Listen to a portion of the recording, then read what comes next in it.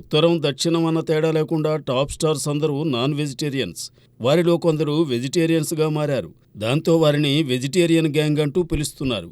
వారిలో ముందుగా మనకు తమిళ సూపర్ స్టార్ రజనీకాంత్ కనిపిస్తారు. ఒకప్పుడు ముక్కలేందే ముద్దముట్టని రజనీకాంత్ ఇప్పుడు పూర్తి శాకాహారిగా మారిపోయారు. మరో తమిళ సూపర్ స్టార్ కమల్ హాసన్ సైతం అదే తీరున సాగుతున్నారు. ఇక మాధవన్ అయితే మొదటి నుంచి శాకాహారి. ఆయన కోవకు చెందిన వారే కాజల్ అగర్వాల్, త్రిష, తమన్నా, సమంత వంటి వారు కూడా ఇప్పుడు ప్యూర్ వెజిటేరియన్స్గా మారిపోయారు. హిందీ రంగంలో అమితాబ్ బచ్చన్ మొదటి నుంచి శాకాహారానికే ప్రాధాన్యమిస్తారు. ఆయన బాటలోనే ఇప్పుడు 50 ఏళ్లు దాటిన నటీనటులు సాగుతూ ఉండడం విశేషం. ఇక టాలీవుడ్ టాప్ స్టార్స్లో ఎక్కువ మంది నాన్ వెజ్ ప్రియులే. అయితే హీరోయిన్స్లో ఎక్కువ మంది భక్తిభావంతో శాకాహారులుగా సాగుతున్నారు. దాంతో వెజిటేరియన్స్ను అదే పనిగా ఓ గ్యాంగ్గా నాన్ వెజ్ ప్రేమికులు పిలుస్తూ ఉండడం విశేషం. ఎప్పటికప్పుడు టెక్నాలజీని అందిపుచ్చుకుని పరుగు తీస్తుంటారు రామ్ గోపాల్ వర్మ. ప్రస్తుతం పలు రంగాల్లో ఆర్టిఫిషియల్ ఇంటెలిజెన్స్ ప్రధాన పాత్ర పోషిస్తోంది. కృత్రిమ మేధను ఉపయోగించి పలు ప్రయోగాలు చేస్తున్నారు సినిమా జనం.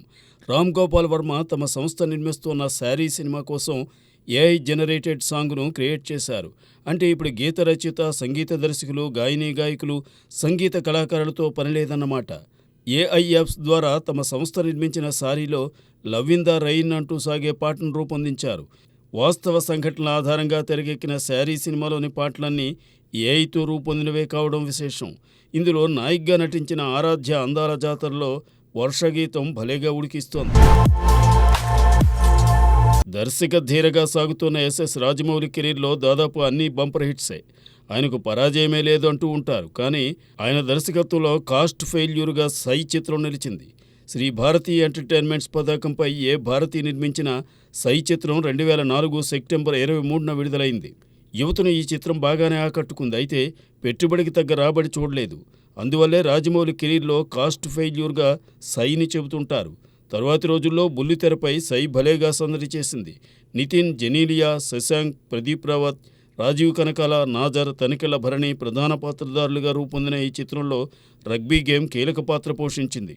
కీరవాణి స్వరకల్పనలో రూపొందిన పాటలు అలరించాయి. ఏదేమైనా నవతరం ప్రేక్షకులు మాత్రం సైకి జై కొడుతూ ఉంటారు. ఖిలాడీ కుమార్గా పేరొందిన అక్షయ్ కుమార్ నటించిన మై ఖిలాడీ తూ అనారీ చిత్రం 1994 సెప్టెంబర్ 23న విడుదలై విజయఢంకా మోగించింది. సమీర్ మల్కాన్ దర్శకత్వంలో చంపక్ జైన్ ఈ చిత్రాన్ని నిర్మించారు. ఇందులో సైఫ్ అలీఖాన్ మరో హీరోగా నటించాడు. శిల్పా శెట్టి, రాగేశ్వరి నాయకులు. ఈ చిత్రానికి హాలీవుడ్ మూవీ ద హార్ట్ వే ఆధారం. అను మాలిక్ సంగీతంలో రూపొందిన పాటలు ఈ చిత్రానికి అసెట్గా నిలిచాయి. 1994 టాప్ గ్రాసర్స్లో ఒకటిగా నిలిచింది మై ఖిలాడీ తూ అనారీ. ఈ యాక్షన్ కామెడీలో శక్తి కపూర్, జానీ లివర్, ఖాదర్ ఖాన్ కూడా ముఖ్య పాత్రల్లో కనిపించి మురిపించారు. ఇప్పటికీ ఈ సినిమా అడపాదడపా బుల్లితెరపై అలరిస్తూ ఉంటుంది.